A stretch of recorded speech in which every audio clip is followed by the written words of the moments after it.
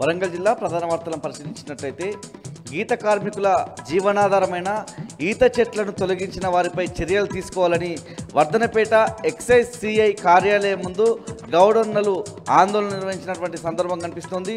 వర్ధనపేట మండలం చెన్నారం గ్రామంలో ఉన్నటువంటి చెరువు కట్ట మీద 15 రోజుల క్రితం ఓ వ్యక్తి తన అనుచరులతో కలిసి ఈత చెట్లను తొలగించాడు. ఈ అంశంలో సదరు వ్యక్తిపై చర్యలు తీసుకోవాలని అధికారులకు విన్నవించినా పట్టించుకోవడం లేదని గౌడనులు ఆగ్రహం వ్యక్తం చేశారు.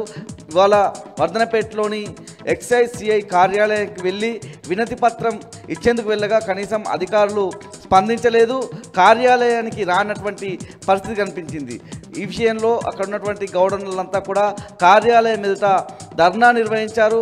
పూర్తి స్థాయిలో ఎవరైతే ఈత చెట్లను తొలగించిన వ్యక్తి పైన చర్యలు తీసుకోవాలని గీత కార్మికులంతా డిమాండ్ చేస్తున్నారు.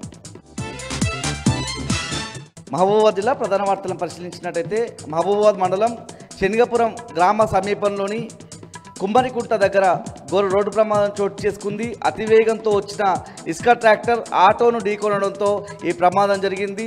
ఆటోలో ప్రయాణిస్తున్న 5గురికి తీవ్ర గాయాలయ్యాయి. వీరంతా కూడా మహబూబాబాద్ పట్టణం నుంచి సమీపంలో ఉన్న నేరడలో ఉన్నటువంటి బాలికల గురుకుల పాఠశాలలో టీచర్లుగా పనిచేస్తున్నారు. స్కూల్కు వెళ్తున్నటువంటి సందర్భంలో రోడ్డు ప్రమాదానికి గురైనటువంటి సందర్భం కనిపిస్తూ ఉంది. తీవ్ర గాయాలైనటువంటి 4గురిని మహబూబాబాద్ జిల్లా ఆసుపత్రికి తరలించారు. అందులో ఒక టీచర్ పరిస్థితి విషమంగా ఉండడంతో మెరుగైన చికిత్స కోసం ఖమ్మం జిల్లా ఆసుపత్రికి తరలించారు. పోలీసులు కేసు నమోదు చేసుకొని దర్యాప్తు చేస్తున్నారు.